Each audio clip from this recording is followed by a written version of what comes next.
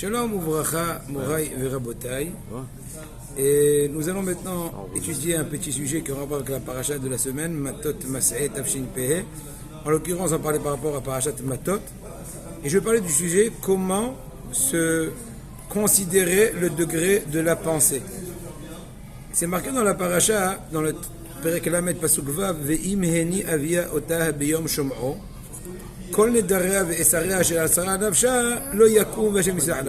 Le traduit que si on parle d'une jeune fille qui a fait un vœu, il est marqué dans ce verset-là que si son papa l'a empêché le jour où il a entendu ses vœux, quand on dit empêcher, en fait c'est annuler ses vœux, parce que le papa a une possibilité d'annuler, il est propriétaire sur le vœu de sa fille, donc il a possibilité d'annuler ses vœux, tout ce qu'elle a pu interdire sur elle-même, eh ben, il va pas tenir, et Hachem lui expiera son erreur. Ceci sont les propos du verset en question.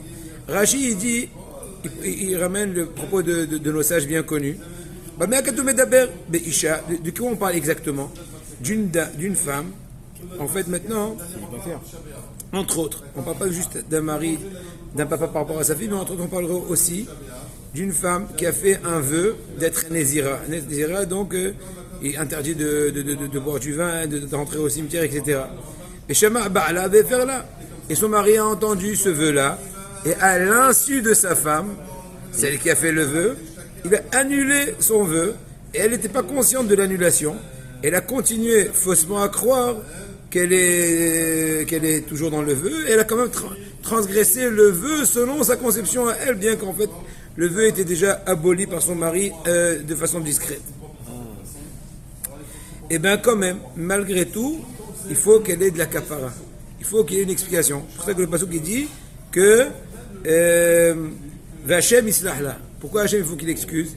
Répond, malgré le fait qu'elle n'a pas transgressé véritablement un vœu parce que son mari lui a déjà annulé, parce qu'une des possibilités c'est aussi le mari qui peut annuler les vœux de sa femme-là, mais puisqu'elle a eu l'intention de transgresser une interdiction, bien qu'en vérité elle n'a pas transgressé, eh ben elle a besoin d'expiation, vu l'intention.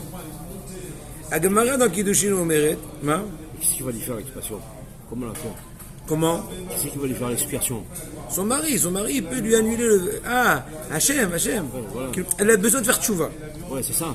En d'autres mots, elle a besoin de faire tchouva. Et sur ça, la Gemara, Kiddushin, Pe Aleph, Amoud, Bedin, trop, une chose incroyable. Rabbi Akiva, quand il est arrivé dans ce verset-là de notre paracha, qu'Akadosh Baruch Hu, il excusera, il pleurait. Il éclatait en sanglots. Ou même, si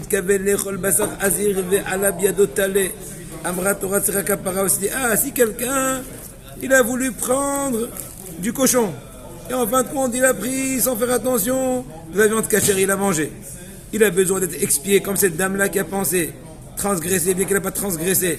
Elle a besoin d'expiation, donc c'est passible de punition. S'il ne fait pas de tchouva, une personne qui a une intention de manger du porc, et elle a mangé du porc, ou toute autre chose semblable dans le même système, à forte raison, combien elle a besoin de tchouva.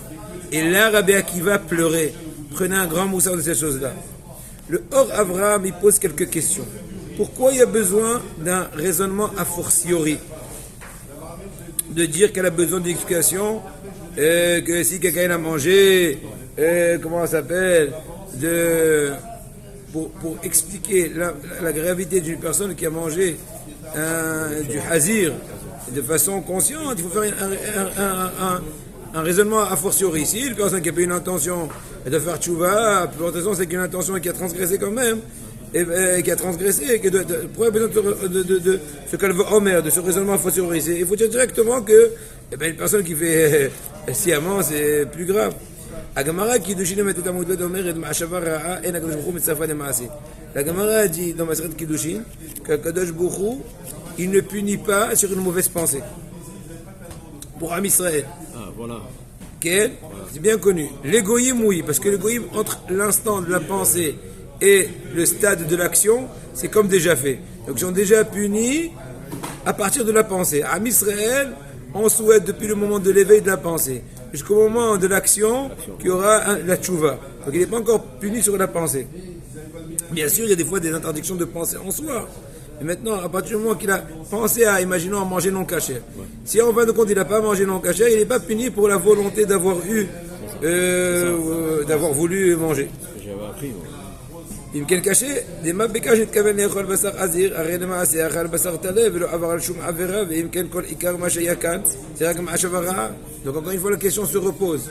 Pourquoi, en fin de compte, la Torah, la Gemara, la Torah a dit que celui qui a l'intention de transgresser, même si en fin de compte il n'a pas transgressé, comme la femme qui a pensé transgresser son vœu sans le transgresser, ou celui qui a pensé manger du cochon, mais en fin de compte, c'est un morceau de viande cachère, il s'est même pas rendu compte, qui est rentré dans sa bouche, après il s'est rendu compte.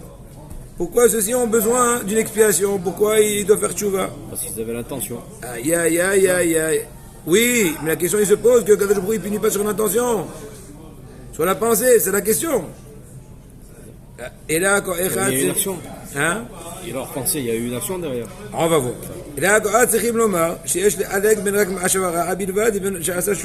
Très bien, kol hakavod. Ce que tu as dit, ce qu'il dit. Il dit, est-ce que c'est une action qui est restée stérile? Voilà. Pardon, une pensée qui est restée stérile, ou qui est passée au stade de l'action.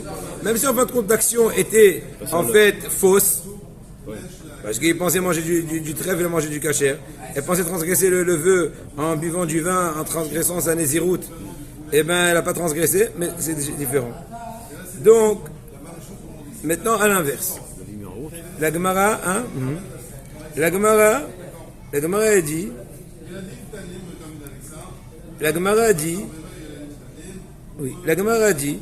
que Rabbi Assi te dit, Afilu Ashavadam Asad Mitzvah Velenas, Velo Asa Ma'ala Katouv, que Ilu Asa. Maintenant c'est à l'inverse, dans le sens positif.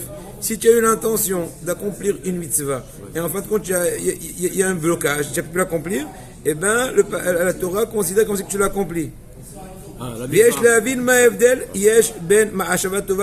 Quelle est la différence entre une bonne pensée, que même si tu n'as pas pu la concrétiser, tu es quand même gratifié, alors qu'une mauvaise pensée, que tu as projeté de faire une mauvaise action et tu ne l'as pas passé à l'action, eh bien tu n'es pas puni à cause de cela. Secondo, il faut aussi comprendre, ce qu'ils sont marqués Tosfot. Non, dans la méthode modèle, chez le Goïm, c'est l'inverse. C'est l'inverse. Que quoi? Mauvaise pensée, même s'ils n'ont pas encore accompli, ils ont déjà, le compteur marche déjà.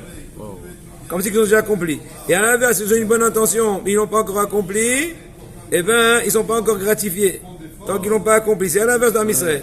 La réponse, le fondement bien connu, et le fondement important du tout le judaïsme, de toute la conception de la Torah, c'est comment se référer à la force de la pensée, de l'intention. Am Israël qui sont bons dans leur essence, et leur volonté de faire le bien, elle est sincère, et à l'inverse, ils sont loin dans leur véritable, la profondeur de leur volonté, ils sont loin de la volonté de faire du mal. C'est pour ça que s'ils ont quand même transgressé une faute, eh bien on dit que c'était juste un accident, un incident. Et le Serara, il est venu, il a accablé. À l'inverse, quand il fait une mitzvah, eh bien en cela, on dit que c'est sa véritable volonté. Et d'accomplir la volonté d'Akadosh Baruch Hu, comme ce qu'il dit le Rambam. Le Rambam dans Yichot Girushin, une personne par exemple qui refuse de donner un guet à sa femme, on a le droit de le frapper jusqu'à qu'il dit oui. La question il pose le Rambam, je ne comprends pas. Si une personne qui est forcée à donner un guet, en général le guet est pas soul, pourquoi là si on le force et le guet est caché? Il dit le Rambam non, parce que puisque c'est nos sages qui l'obligent, seulement lui il est entêté, il est orgueilleux, donc sa véritable volonté, il dit le Rambam, c'est de divorcer sa femme, comme ce que la Torah l'incombe, comme ce qu'ils ont ordonné nos sages, selon la situation en question. Mais le Yetzirara le dérange. Donc on donne des coups au Yetzirara. Comme j'ai dit hier dans le cours, on donne des coups à l'enfant pour l'éduquer un peu. On le tape un peu sur la main pour le calmer. C'est pour le Yetzirara, pour qu'il calme ses transports. Mais il y kol sheyesh lo l'Israël mahshava tova. Quand Am Israël a une bonne mahshava, la asot mitzvah, il avait une bonne intention de faire une mitzvah, et la chine ena zelo asa. En fin de compte, il a eu un cas de force majeure, il a pu le faire. Ra'ou le kabel sachar. Parce que puisque ton intention, elle est sincère, alors on va aller du principe que tu vas recevoir un salaire sur ça. Qui va daï avec raison machava emet. Mama jaraton kene. Maintenant, à l'inverse, pour la machava. Ça, c'était un message de la parasha de la semaine. Bénédicte Hachem, bonne journée.